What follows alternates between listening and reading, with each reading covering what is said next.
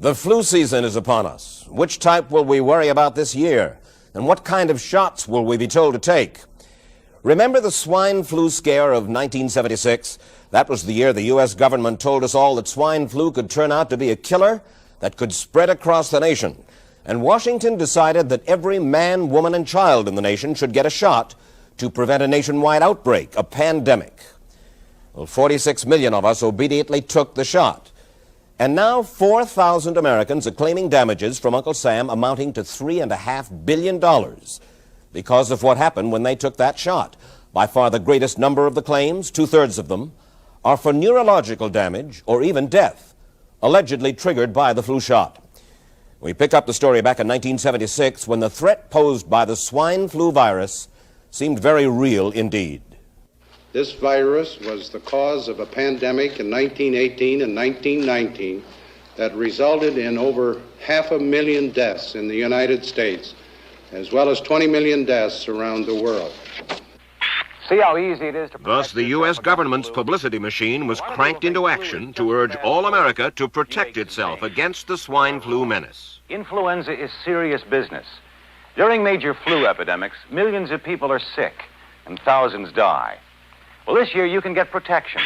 The vaccines are safe, easy to take, and they can protect you against flu. So roll up your sleeve. Protect yourself. One of those who did roll up her sleeve was Judy Roberts. She was perfectly healthy, an active woman, when in November of 1976, she took her shot. 2 weeks later, she says, she began to feel a numbness starting up her legs. I joked about it at that time. I said I'll be numb to the knees by Friday if this keeps up. By the following week, I was totally paralyzed. So completely paralyzed, in fact, that they had to operate on her to enable her to breathe. And for 6 months, Judy Roberts was a quadriplegic. The diagnosis? A neurological disorder called Guillain-Barré syndrome, GBS for short. These neurological diseases are little understood. They affect people in different ways. As you can see in these home movies taken by a friend, Judy Roberts' paralysis confined her mostly to a wheelchair for over a year. But this disease can even kill. Indeed, there are 300 claims now pending from the families of GBS victims who died, allegedly as a result of the swine flu shot. In other GBS victims, the crippling effects diminish and all but disappear. But for Judy Roberts, progress back to good health has been painful and partial. Now, I noticed that your smile, Judy, is a little bit constricted. Yes, it is. Is it different from what it used to be? Very different. I have a greatly decreased mobility in my lips. And I can't drink through a straw on the right-hand side. I can't blow out birthday candles. I don't whistle anymore, for which my husband is grateful. It may be a little difficult for you to answer this question, but have you recovered as much as you are going to recover? Yes, this is it. So you will now have a legacy of braces on your legs for the rest of your life? Yes, the weakness in my hands will stay, and the leg braces will stay. So Judy Roberts and her husband have filed a claim against the U.S. government. They're asking $12 million, though they don't expect to get nearly that much. Judy, why did you take the flu shot? I'd never taken any other flu shots, but I felt like this was going to be a major epidemic. And the only way to prevent a major epidemic of a really deadly variety of flu was for everybody to be immunized. Where did this so-called deadly variety of flu, where did it first hit back in 1976? It began right here at Fort Dix in New Jersey in January of that year when a number of recruits began to complain of respiratory ailments, something like the common cold. An Army doctor here sent samples of their throat cultures to the New Jersey Public Health Lab to find out just what kind of bug was going around here. One of those samples was from a Private David Lewis who had left his sickbed to go on a forced march. Private Lewis had collapsed on that march, and his sergeant had revived him by mouth-to-mouth resuscitation. But the sergeant showed no signs of illness. A few days later, Private Lewis died. If this disease is so potentially fatal that it's going to kill a young, healthy man, a middle-aged school teacher doesn't have a prayer.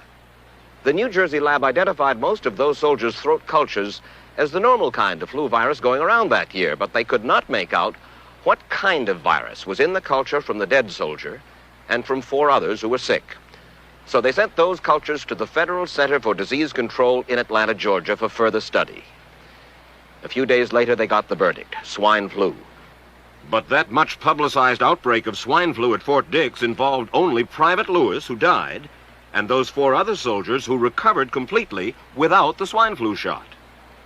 If I had known at that time that the boy had been in a sick bed, got up, went out on a forced march, and then collapsed and died, I would never have taken the shot. The rationale for our recommendation was not on the basis of the death of a single individual, but it was on the basis that when we do see a change in the characteristics of the influenza virus, it is a massive public health problem in this country. Dr. David Senser, then head of the CDC, the Center for Disease Control in Atlanta, is now in private industry. He devised the swine flu program, and he pushed it. You began to give flu shots to the American people in October of '76. October 1st. By that time, how many cases of swine flu around the world had been reported? There had been several reported, but none confirmed. There had been cases in Australia that were reported by the press, by the news media. There were cases in... None confirmed. Did you ever uncover any other outbreaks of swine flu anywhere in the world? No.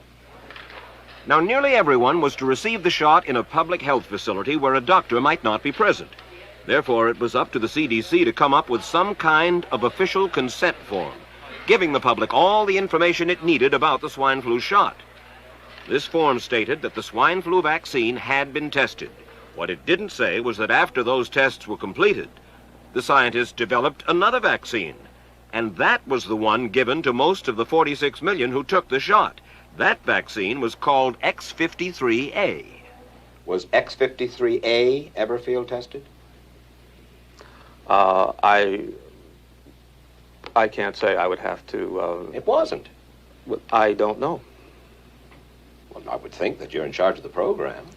I would have to check the records. I haven't looked at this in some time.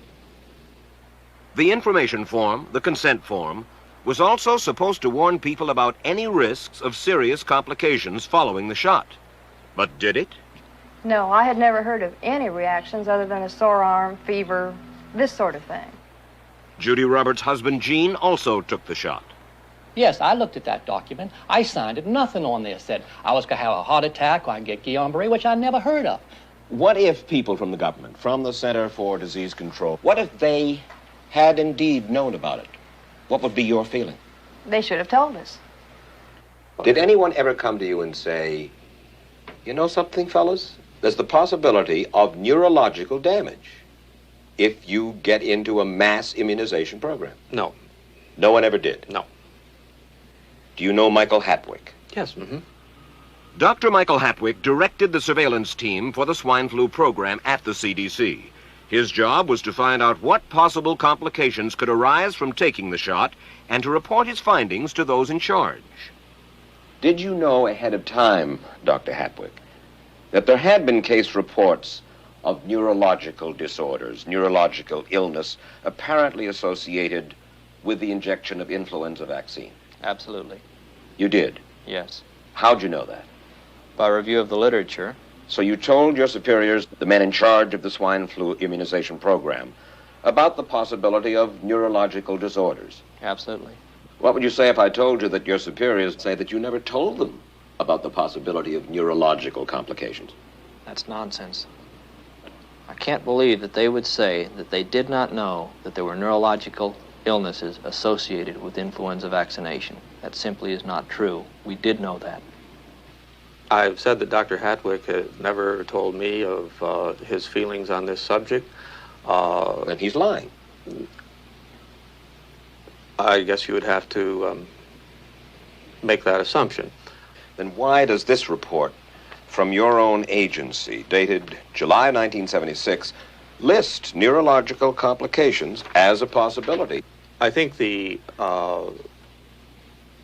consensus of the scientific community was that the evidence relating neurologic disorders to influenza immunization was such that they did not feel that this association was a real one. You didn't feel it was necessary to tell the American people that information? I think that over the years we have tried to inform the American people as fully as possible. As part of informing Americans about the swine flu threat, Dr. Sensor's CDC also helped create the advertising to get the public to take the shot. Let me read to you from one of your own agency's memos planning the campaign to urge Americans to take the shot. The swine flu vaccine has been taken by many important persons, he wrote. Example, President Ford, Henry Kissinger, Elton John, Muhammad Ali, Mary Tyler Moore, Rudolph Nureyev, Walter Cronkite, Ralph Nader, Edward Kennedy, etc., etc. True? I'm not familiar with that particular piece of paper, but I do know that at least of that group, President Ford did take the vaccination. Did you talk to these people beforehand to find out if they planned to take the shot? I did not know. Did anybody? I do not know. Did you get permission to use their names in your campaign? I do not know. Mary, did you take a swine flu shot? No, I did not. Did you give them permission to use your name saying that you had or were going to? Absolutely not. Never did. Did you ask your own doctor about taking the swine flu shot? Yes, and at the time he thought it might be a good idea. But I resisted it because I was leery of having the symptoms that sometimes go with that kind of inoculation. So you didn't? No, I didn't. Have you spoken to your doctor since? Yes. And? He's delighted that I didn't take that shot. You're in charge. Somebody's in charge. There are... This is your advertising strategy that I have a copy of here. Who's it signed by? This one is unsigned. But you'll acknowledge that it was your baby, so to speak. It could have been from Department of Health, Education, and Welfare. It could be from CDC. I don't know. I'll be happy to take responsibility for it. It's been 3 years now since you fell ill with GBS, right? Right. Has the federal government, in your estimation, played fair with you about your claim? No, I don't think so. It seems to be dragging on and on and on, and really no end in sight that I can see at this point. With respect to the cases of Guillain-Barré, allegedly... Former Secretary of HEW Joseph Califano, too, was disturbed that there was no end in sight. So a year and a half ago, he promised that Uncle Sam would cut the bureaucratic red tape for victims suffering from GBS and would pay up quickly. We shouldn't hold them to an impossible or too difficult standard of proving that they were hurt. Even if we pay a few people a few $1,000s that might not have deserved it, I think justice requires that we promptly pay those people who do deserve it. Who's making the decision to be so hard-nosed about settling? Well, I assume the Justice Department is. Griffin Bell before he left? Well, the Justice Department agreed to the statement I made. It was cleared word for word with the lawyers in the Justice Department by my HEW lawyers. And that statement said, in effect... That statement said that we should pay Guillain-Barré claims without regard to whether the federal government was negligent if they resulted from the swine flu shot. I think the government knows it's wrong. If it drags out long enough, that people will just give up. Let it go. I am a little more adamant in my thoughts than my wife is, because I told Judy to take the shot. She wasn't going to take it, and she never had shots. And I'm mad with my government because they knew the facts, but they didn't release those facts because if they had released them, the people wouldn't have taken it. And they can come out tomorrow and tell me there's going to be an epidemic, and they can drop off like flies next to me. I will not take another shot that my government tells me to take. Meantime, Judy Roberts and some 4,000 others like her are still waiting for their day in court.